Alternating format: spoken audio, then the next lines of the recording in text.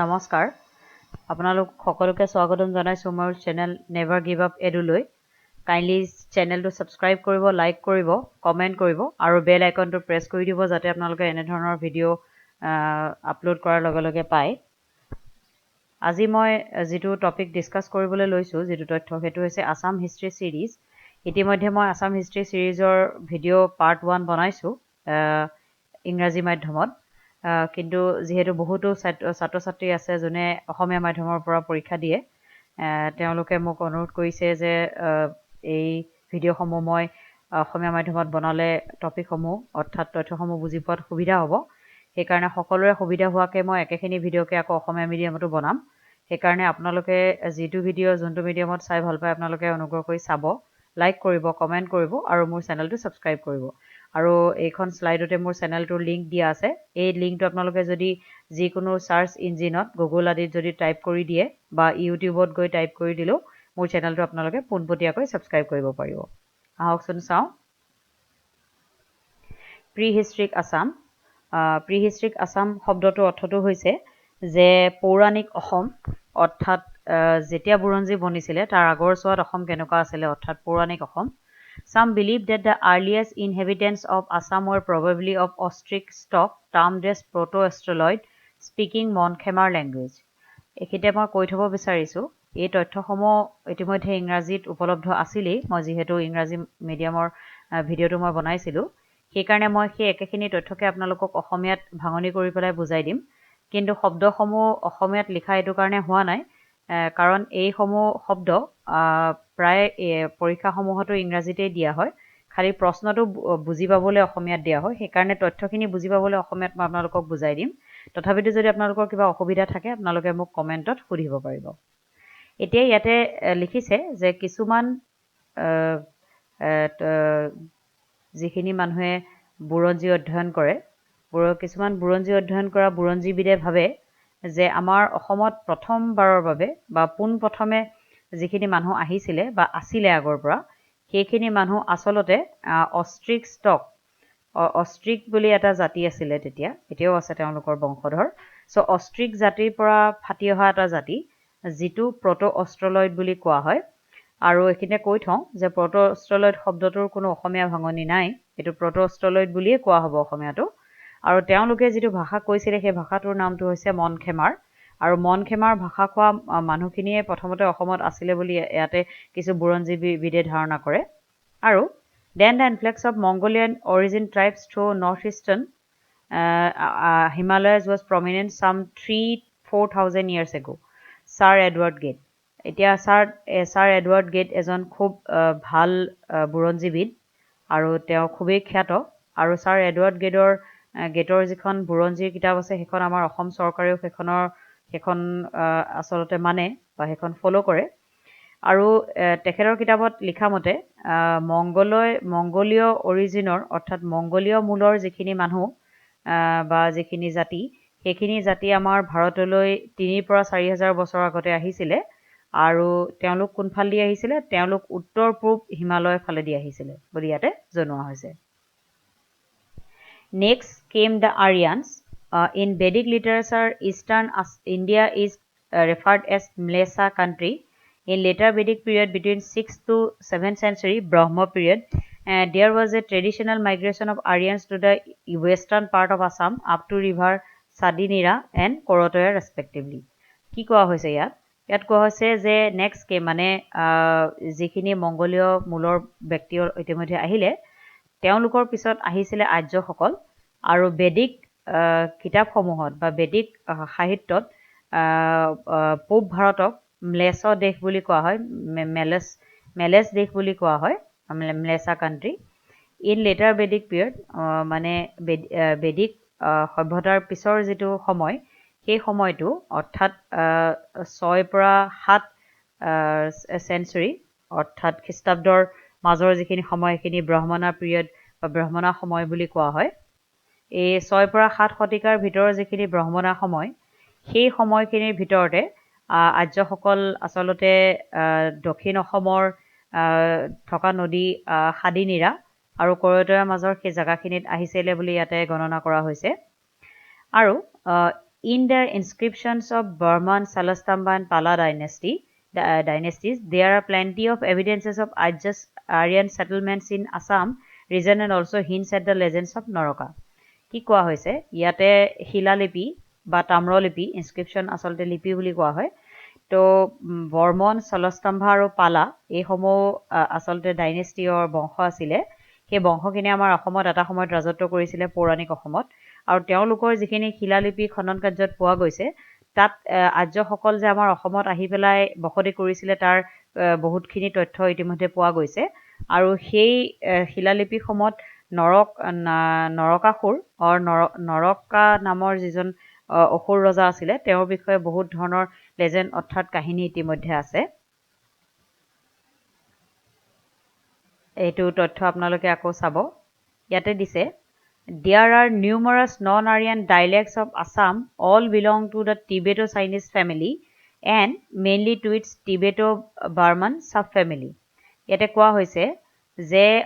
অনা আৰ্যসকল যিসকল অসমত আগৰ পৰাই আছিলে তেওঁলোক মূলত টিবেটো চাইনিজ ফেমিলি অৰ্থাৎ টিবেটো চাইনিজ টিবেটো চীন দেশীয় পৰিয়ালৰ বুলি ধৰা হৈছে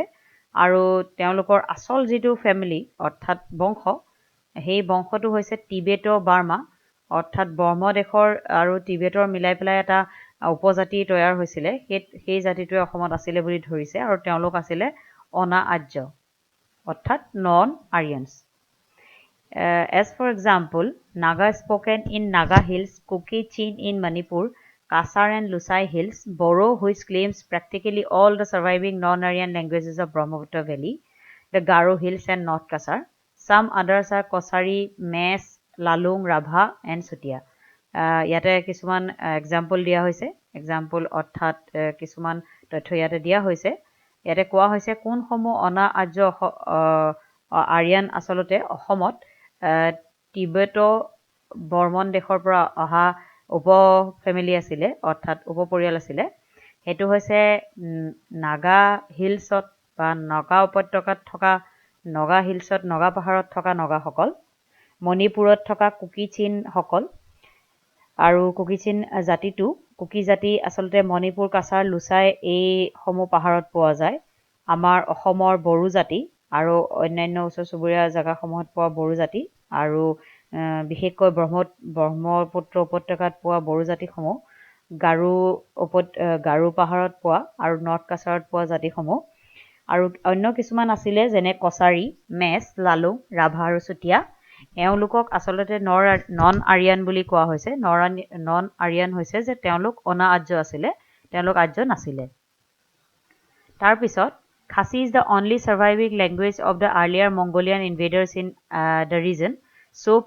slow progress of Aryanization took place where the early tribe called Koch became a caste which admits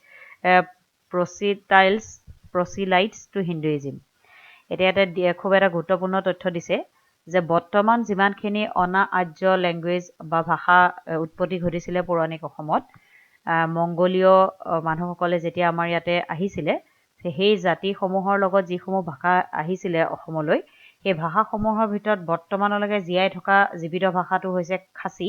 সেইকাৰণে আপোনালোকক যদি কোনো ধৰণৰ প্ৰশ্নত ইণ্টাৰভিউত সোধা হয় যে বৰ্তমানলৈকে জীয়াই থকা পৌৰাণিক এটা ভাষাৰ নাম ক'বলৈ ক'লে আপোনালোকে খাচী ভাষাটো ক'ব লাগিব মানে খাচী ভাষাটো বুলি ক'ব নালাগিব খাচী ভাষাটো বৰ্তমানলৈকে জীয়াই থকা ভাষা বুলি আপোনালোকে নামটো জনাব লাগিব আৰু ইয়াতে আৰু এটা তথ্য দিছে যে লাহে লাহে আৰ্যকৰণ হোৱাৰ বাবে আগতে আমাৰ ইয়াতে এটা ট্ৰাইব অৰ্থাৎ জাতি আছিলে যিটো জাতি আচলতে কোৱা হৈছিলে কোচ বুলি আৰু কোচ বুলি কোৱা জাতিটো আৰ্যকৰণ হোৱাৰ ফলত সেইটো এটা জাতলৈ পৰিণত হৈ গ'ল কাষ্ট আৰু সেই লাহে লাহে আমাৰ হিন্দু ধৰ্ম পালন কৰিবলৈ ল'লে এতিয়া আৰ্যসকলৰ কিমান প্ৰভাৱ আপোনালোকে পৰিছে আপোনালোকে দেখিব পাৰিছে যে এটা ট্ৰাইবেল জাতিক তেওঁলোকে কাষ্টলৈ সলনি কৰি দিলে আৰু পিছত তেওঁলোকে হিন্দু ধৰ্মটো পালন কৰিবলৈ লৈছে এতিয়া আপোনালোকক মই এইখিনিতে তথ্য আৰু কিছুমান জনাব বিচাৰিছোঁ সেইটো হৈছে যে যেতিয়া এই জাতিসমূহৰ উৎপত্তি ইয়াত ঘটিছিলে তেতিয়া আৰ্যসকল অহাৰ ফলত ইয়াতে আৰু এটা বস্তু ইয়াতে লাহে লাহে আহিছিলে সেইটো হৈছে হিন্দুইজিম অৰ্থাৎ হৈছে হিন্দু ধৰ্ম। হিন্দু ধৰ্মই বাৰুকৈ ইয়াতে প্ৰভাৱ পেলাইছিলে আৰ্যসকল অহাৰ ফলত। এতিয়া mythological review of Assam. Mythological review হৈছে যে পৌৰাণিক যিখিনি কাব্য আছে, কাব্যখিনিৰ মতে অসম ক'ৰ পৰা ক'লৈ আৰু কেনেকুৱা আছিলে এইখিনি জনোৱা হৈছে। According to Mahabharata, the ancient name of Assam was Pragjyotisha and it extended Bay of Bengal south, River Korotoya west. River Korotoya held equally important and sacred as Ganga and had a tutelary deity named Kaushika, mermaid goddess, was worshipped in the country called Matsya. আৰু মহাভাৰতৰ মতে কি কোৱা হৈছে? মহাভাৰতৰ মতে পৌৰাণিক অসমৰ নাম আছিলে প্ৰাগজ্যোতিষ আৰু ই ক'ৰ পৰা ক'লৈ আছিলে? ই বংগোপসাগৰৰ ফালে ই বিয়পি আছিলে, মানে দক্ষিণ ফালে আছিলে বংগোপসাগৰ, পশ্চিম ফালে আছিলে কৰতয়া নদী। আৰু তেতিয়াৰ দিনত কৰতয়া যিখন নদী আছিলে অসমৰ বা তেতিয়াৰ দিনৰ প্ৰাগজ্যোতিষপুৰৰ, সেই নদীখনক গংগাৰ সমানেই পবিত্ৰ আৰু গংগাৰ সমানেই গুৰুত্বপূৰ্ণ বুলি ধৰা হৈছিলে। আৰু এই নদীখনৰ এগৰাকী দেৱী আছিলে, দেৱীগৰাকীৰ নাম হৈছে কৌশিকা আৰু মাৰ্মেড গডেছ বুলি তেওঁক ধৰা হয়। মাৰ্মেড শব্দটোৰ অৰ্থ হৈছে জলপৰী, জলৰ দেৱী হিচাপে তেওঁক ধৰা হৈছিলে। আৰু তেওঁক পূজা কৰা যিখন দেশ, সেই দেশখনৰ নাম আছিলে মৎস্য দেশ। According to Puranas, ancient Assam was known as Kamrupa, and according to Kalika Puran, written in 10th century, Kamakhya temple was at its center. কি কৈছে? পুৰাণসকলৰ মতে, যিখিনি পুৰাণ ইতিমধ্যে আমাৰ 14 শাস্ত্ৰ 18 পুৰাণ বুলি কোৱা হয়, সেই 18 পুৰাণৰ মতে, বিশেষকৈ কালিকা পুৰাণৰ মতে, পুৰণি অসমৰ নামটো কামৰূপা আছিলে। আৰু এইখিনি মই কৈ থওঁ যে কালিকা পুৰাণখন যিটো সময়ত লিখিছিলে, সেই শতিকাটোৰ হৈছে 10 শতিকাত কালিকা পুৰাণ লিখা হৈছে। আৰু বিভিন্ন পৰীক্ষাত ইতিমধ্যে এইটো আহিছে যে কালিকা পুৰাণ কোনটো শতিকাত লিখা হৈছিলে। এইটো হৈছে 10 শতিকাত কালিকা পুৰাণ লিখিছে। আৰু কালিকা পুৰাণৰ মতে আমাৰ যিটো কামাখ্যা মন্দিৰ, যিটো গুৱাহাটীৰ কামাখ্যা মন্দিৰ, সেইটো আচলতে কামৰূপ দেশৰ মাজত আছিলে, মানে centre. According to Vishnu Puran, Kamrupa was extended in all directions of Kamakhya for 100 yojanas or 450 miles, which actually incorporated present-day Assam, East Bengal and Bhutan. আৰু বিষ্ণু পুৰাণে কি কৈছে? বিষ্ণু পুৰাণে কৈছে যে কামৰূপ দেশখন কামৰূপ দেশখন কামাখ্যা মন্দিৰৰ চাৰিওফালে বিয়পি আছিলে। আৰু কিমানলৈকে বিয়পি আছিলে? আগৰ দিনত মাইলটো, মানে এটা জেগা বা আন এটা জেগাৰ যাবলৈ যিটো ডিষ্টেঞ্চ বা যিটো আপুনি ঠাই পাৰ কৰি যাব লাগিব, সেইটো আচলতে কিলোমিটাৰ বা মাইলত নধৰে, যোজনাত ধৰিছিলে। কিমান যোজনালৈকে বিয়পি আছিলে? 100 যোজনালৈকে। আৰু 100 যোজনাৰ ভেলুটো কিমান হৈছে, মানে মূল্য হৈছে 450 মাইল। আৰু সেইটো বৰ্তমান দিনত কোনখিনি জেগা ধৰা হয়? অসম, পূব বংগ আৰু ভূটান। এতিয়া কিমান যোজনালৈকে বিয়পি আছিলে? 100 যোজনালৈকে। আৰু কোনে কৈছিলে 100 যোজনালৈকে বিয়পি আছে বুলি? বিষ্ণু পুৰাণে। আৰু কালিকা পুৰাণে কি কৈছিলে? যে কামাখ্যা মন্দিৰটো কামৰূপ দেশৰ একদম মাজত, অৰ্থাৎ চেণ্টাৰত আছিলে। Then comes the famous Yogini Tantra, composed by Kamrupi scholar Minanath N.N. Acharya in 17th century, describes the extended boundary to Kamrupa, which included whole of Brahmaputra Valley, Bhutan, Rangpur district, Bangladesh, Coast Behar, parts of Mymensingh district, and possibly Garo Hills, Meghalaya. And it was divided into 4 clear divisions as follows. এতিয়া সকলোবোৰ 14 শাস্ত্ৰ 18 পুৰাণৰ পিছত আহে তন্ত্ৰ। আৰু তন্ত্ৰসমূহৰ ভিতৰত আটাইতকৈ পুৰণি আৰু আটাইতকৈ গুৰুত্বপূৰ্ণ তন্ত্ৰখন হৈছে ইউগিনী তন্ত্ৰ। আৰু বহুতে ইউগিনী তন্ত্ৰখন কোনে লিখিছে বুলি সুধিলে কিছুমান কিতাপত আচলতে নামটো দিয়া নাথাকে, আৰু বহুতে সেই নামটো নাজানে। কিন্তু আমাৰ এজন বহুত ভাল, আমাৰ অসমৰ এজন বুৰঞ্জীবিদ আছে N.N. আচাৰ্য। N.N. আচাৰ্য ছাৰৰ মতে ইউগিনী তন্ত্ৰখন মীনানাথ নামৰ এজন ব্যক্তিয়ে লিখিছিলে। কাৰণ এখন যদি কিতাপ থাকে, নিশ্চয় এজন লিখাৰু থাকিব লাগিব। ৰাইটাৰ এজন নোহোৱাকৈ এখন কিতাপ কেতিয়াও হ'ব নোৱাৰে। সেইকাৰণে N.N. আচাৰ্য ছাৰৰ মতে তেওঁ নিজৰ ৰচনাৰাজিত জনাইছে যে ইউগিনী তন্ত্ৰখন মীনানাথে লিখিছিলে। তেওঁ লিখিছিলে এখন 1700 শতিকাত। আৰু তেখেতে জনাইছিলে অসম আৰু কামৰূপ আচলতে আগতে পৌৰাণিক মতে তন্ত্ৰৰ মতে কামৰূপেই কোৱা হৈছিলে। কামৰূপ আচলতে ক'ৰ পৰা ক'লৈ আছিলে তেওঁ জনাইছে তেওঁৰ মতে কামৰূপ আছিলে ব্ৰহ্মপুত্ৰ উপত্যকা ভূটান ৰংপুৰ ডিষ্ট্ৰিক্ট অৰ্থাৎ ভূটান ৰংপুৰ জিলা এতিয়া বৰ্তমান আছে বাংলাদেশৰ ভিতৰত পৰিছে কোচবিহাৰ ময়মনসিং জিলা আৰু গাৰো হিলছ গাৰো পাহাৰ অৰ্থাৎ মেঘালয় এই গোটেইসমূহ এলেকা আচলতে আমাৰ কামৰূপৰ ভিতৰতে ধৰা হৈছিলে এতিয়া ফাটি পেলাই বেলেগ বেলেগ হৈ গৈছে নিশ্চয় কিন্তু আগতে এয়া সকলোবোৰ তথ্য কামৰূপৰ সকলোবোৰ জাগা কামৰূপৰ ভিতৰতে আছিলে বুলি য়োগিনী দত্তই ক'ব বিচাৰে আৰু চাৰিটা ভাগত ভালদৰে বিভক্ত কৰা হৈছিলে এই ভূগোল চাওঁ হকচোন কেনেকৈ ভাগ কৰিছে প্ৰথমটো ভাগ আছিলে ৰত্নপীঠ ৰত্নপীঠ ক'ৰ পৰা ক'লৈ আছিলে ৰত্নপীঠ আছিলে আপোনাৰ নৰ্থ বেংগলৰ পৰা সংকোচ নদীলৈ সংকোষ নদী পূবত আছে আৰু পশ্চিমত আছিলে উত্তৰ বংগ আছিলে পশ্চিমত আৰু সংকোষ নদী আছিলে পূবত হেতুৰ নাম হৈছে ৰত্নপীঠ আৰু কামাপীঠ ফ্ৰম সংকোচ river waste to Rupahi east আৰু সংকোষ ৰিভাৰ কামাপীঠৰ পশ্চিম দিশে আছিলে সংকোষ নদী আৰু পূব দিশে আছিলে ৰূপহী নদী বৰ্তমান নগাঁৱত ৰূপহী বুলি এখন জাগা ইতিমধ্যে আছে কিন্তু ইয়াতে কোৱা ৰূপহী নদীখন একচুৱেলি আচলতে বেলেগ জাগাত আছিলে হয়তো আৰু সুবৰ্ণপীঠ আছিলে ৰূপহী নদী আৰু ভৰলী নদীৰ মাজত আৰু সৌমৰ পীঠ আছিলে ভৰলী নদী আৰু ডিক্ৰং নদীৰ মাজত ডিক্ৰংখন আছে উজনি অসমত আমি সকলোৱে জানো এতিয়া আহকচোন চাওঁ what we have learned today about the origin and migration of Aryans and non-Aryans to the region called present-day Assam. Their subfamilies and dialects of the migrated groups to the region. আমি আজি কি শিকিলো আমি শিকিলো যে আৰ্য আৰু অনাৰ্যসকল অসমলৈ কেনেকৈ প্ৰব্ৰজন কৰিছিলে আৰু তেওঁলোকে কেনেকৈ নিজৰ বিস্তাৰ আৰু বিকাশ কৰিছিলে আৰু তেওঁলোকৰ উপজাতি জাতি আৰু তেওঁলোকৰ যিখিনি পৰিয়াল আৰু উপপৰিয়াল আছিলে আৰু তেওঁলোকে কেনে ধৰণৰ ভাষা আৰু তেওঁলোকে কেনে ধৰণৰ তথ্য কৈছিলে সেই সমূহৰ বিষয়ে আমি আজি জানিলো In mythological context, we have learned about the origin of various ancient names and their related sources to the present-day Assam. আৰু আমি পৌৰাণিক দিশৰ ফালৰ পৰা জানিলো যেনে বিভিন্ন ধৰণৰ নাম কামৰূপ প্ৰাগজ্যোতিষ কেনেকৈ সৃষ্টি হৈছিলে কোন কোন পুৰাণে কি ধৰণৰ নাম দিছিলে কোন তন্ত্ৰই কি কৈছিলে আৰু আমি we have also understood about the geographical extension of ancient Kamrupa আৰু আমি আজিৰ ভিডিঅ'টোৰ জৰিয়তে পৌৰাণিক অসম অৰ্থাৎ কামৰূপ ক'ৰ পৰা ক'লৈ বিয়পি আছিলে বা ইয়াৰ ভূগোল কেনে ধৰণৰ আছিলে সেই বিষয়ে আমি জানিলো পৰিসীমাৰ বিষয়ে জানিলো আহকচোন এতিয়া কিছুমান ইম্পৰ্টেন্ট কোৱেশ্চন আমি চাই লওঁ এক্সামৰ ফালৰ পৰা প্ৰথম প্ৰশ্নটো সুধিছে earliest inhabitants of Assam were probably belong to which stock or group এটা সুধিছে যে পোনপ্ৰথমে বা পোনপ্ৰথমে অসমত থকা যিসকল লোক তেওঁলোক কোনটো জাতি বা উপজাতি বা সংগৰ লগত জড়িত হেতু হৈছে আমি সকলোৱে পঢ়ি আহিছো অষ্ট্ৰিক গ্ৰুপ অষ্ট্ৰিক জাতিৰ লগত Austric stock or group were termed as or known as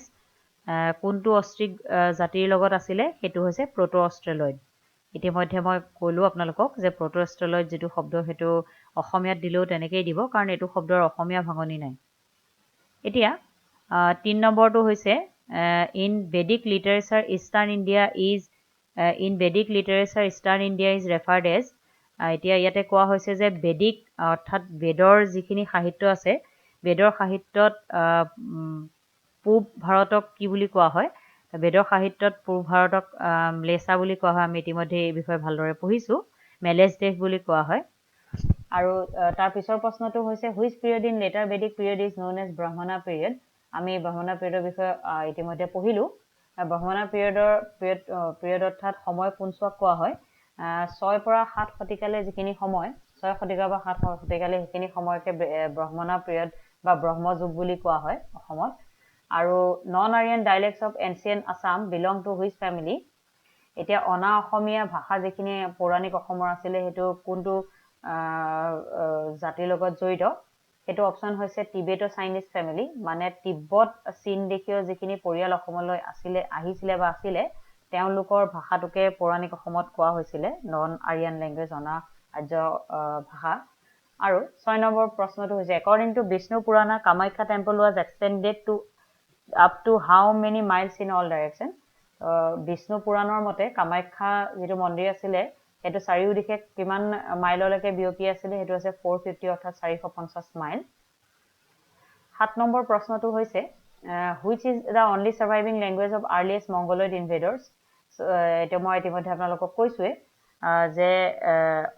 অসমলে আহা মংগোলীয় যিখিনি মানুহ তেওঁলোকৰ যিখিনি ভাষা আছিল সেই ভাষাসমূহৰ ভিতৰত বৰ্তমানলৈকে জীয়াই থকা ভাষাটোৰ নাম হৈছে খাচী ভাষা according to Mahabharata the ancient name of Assam was মহাভাৰতৰ মতে অসমৰ পুৰণা নাম কি আছিল পৌৰাণিক নাম আছিল Pragjyotish which river in ancient Assam held equally sacred as Ganges পৌৰাণিক অসমৰ কোনখন নদী গংগাৰ সতি সমান্তৰালভাৱে গংগাৰ লগতে একে গুৰুত্বপূৰ্ণ বুলি ধৰা হৈছিল সেই নদীখনৰ নাম হৈছে কৰতয়া নদী আমি ইতিমধ্যে পঢ়িছো কৰতয়া নদীৰ দেৱী গৰাকীৰ নাম হৈছে কৌশিকা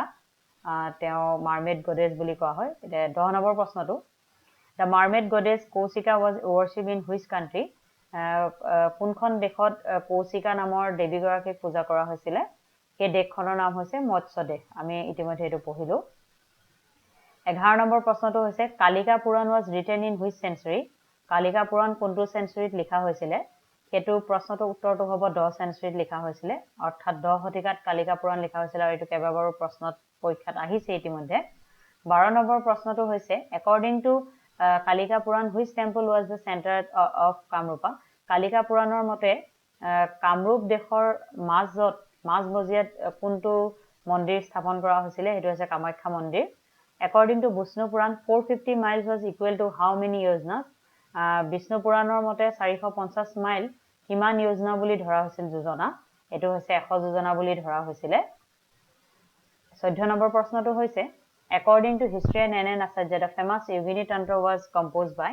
NN Acharya সাৰৰ মতে Yogini Tantraখন কোনে লিখিছিলে তেওঁৰ নাম হৈছে লিখা মানুহজনৰ নামটো হৈছে মীনানাথ আৰু Yogini Tantra কিমান চনত লিখা হৈছিলে the famous Yogini Tantra was composed in which century কোন চনত কোন শতিকাত লিখা হৈছিলে তেনেহলে প্ৰশ্নটো উত্তৰ হ'ব 17 শতিকা কিন্তু কিছুমান কিতাপত কেতিয়াবা 16 শতিকাও দিয়া থাকে সেইকাৰণে আপোনালোকক প্ৰশ্নত 16 আৰু 17 শতিকা যদি দিয়া থাকে তেনেহলে আপোনালোকে 16 শতিকা টো লিখিব লাগিব যদি 16 শতিকা না থাকে তেনেহলে আপোনালোকে 17 শতিকাটো দিব লাগিব হেহে মই উত্তৰটো আপোনালোকক দেখুৱাই দিছো ভালকে 2 বা 3 এটা কথাটো হৈছে according to Yogini Tantra Kamrupa was divided into how many divisions Yogini Tantra মতে কামৰূপ দেশখন কিমানটা ভাগত বিভক্ত কৰা হৈছিল হেতু হৈছে 4টা ভাগত বিভক্ত কৰা হৈছে শেষৰ প্ৰশ্নটো হৈছে according to Yogini Tantra names of 4 divisions of Kamrupa area wise were এতিয়া প্ৰশ্নটো হৈছে যে Yogini Tantraৰ মতে ভৌগোলিকভাৱে কামৰূপখন কোন নামেৰে 4টা ভাগত ভগোৱা হৈছিল এই প্ৰশ্নটোৰ উত্তৰটো হৈছে ৰত্নপীঠ কামপীঠ সুবৰ্ণপীঠ আৰু সমৰপীঠ আমি ইতিমধ্যে এই 4টা পীঠৰ বিষয়ে আলোচনা কৰিছো এই 4টা পীঠ খুবেই গুৰুত্বপূৰ্ণ কাৰণ পৌৰাণিক অসমৰ বিষয়ে তথ্য পঢ়িবলৈ বা জানিবলৈ হলে এই 4টা পীঠৰ বিষয়ে আমি জানাটো অত্যন্ত প্ৰয়োজনীয় আৰু এই 4টা পীঠৰ বিষয়ে তথ্য দিছিল আমাক Yogini Tantraখন লিখা হৈছিল 16 শতিকাত আৰু লিখিছিলে কোনে মীনানাথ নামৰ ব্যক্তিজনে এটো কোনে দিছে তথ্যটো NN Acharya আৰু এনে ধৰণৰ ভিডিও যদি আপোনালোকে ভৱিষ্যতে চাব বিচাৰিছে তেনেহলে কাইন্ডলি সাবস্ক্ৰাইব কৰিব মোৰ চেনেল নেভাৰ গিভ আপ এডু এই নেভাৰ গিভ আপ টোৰ লগতে আপুনি EDU লিখি দিলে নেভাৰ গিভ আপ এডু হৈ যাব আৰু মোৰ চেনেলটো সাবস্ক্ৰাইব কৰিব লাইক কৰিব কমেন্ট কৰিব আৰু বেল আইকনটো প্ৰেছ কৰিব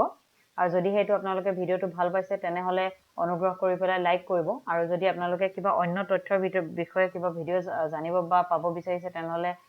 কমেন্ট কৰিব আৰু যদি আপোনালোকে ভিডিওটো ভাল পাইছে তেনেহলে শেয়াৰ কৰিব আৰু মোৰ চেনেলটো সাবস্ক্ৰাইব কৰিব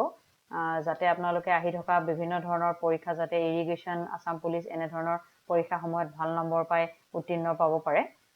কাৰণ মনত ৰাখিব যে পোষ্টৰ সংখ্যা কম আৰু এপ্লিকেন্টৰ সংখ্যা বেছি সেইকাৰণে আপোনাৰ মাৰ্কটো যিমানে বেছি হ'ব সিমানে আপুনি চাকৰি পোৱাৰ সম্ভাৱনাটো বাঢ়ি যায় সেইখিনিকে কলো আৰু মোৰ চেনেলটো সাবস্ক্ৰাইব কৰিব নেভাৰ গিভ আপ এডু আৰু এই ভিডিওটো একেবাৰে প্ৰথমতে মোৰ চেনেলটোৰ লিংকটো দিয়া আছে সেই লিংকটোৰ জৰিয়তে আপোনালোকে ভিডিওটো ডাইৰেক্টলি পোনপটীয়াকৈ সাবস্ক্ৰাইব কৰি মোৰ চেনেলটো পাব পাৰিব ধন্যবাদ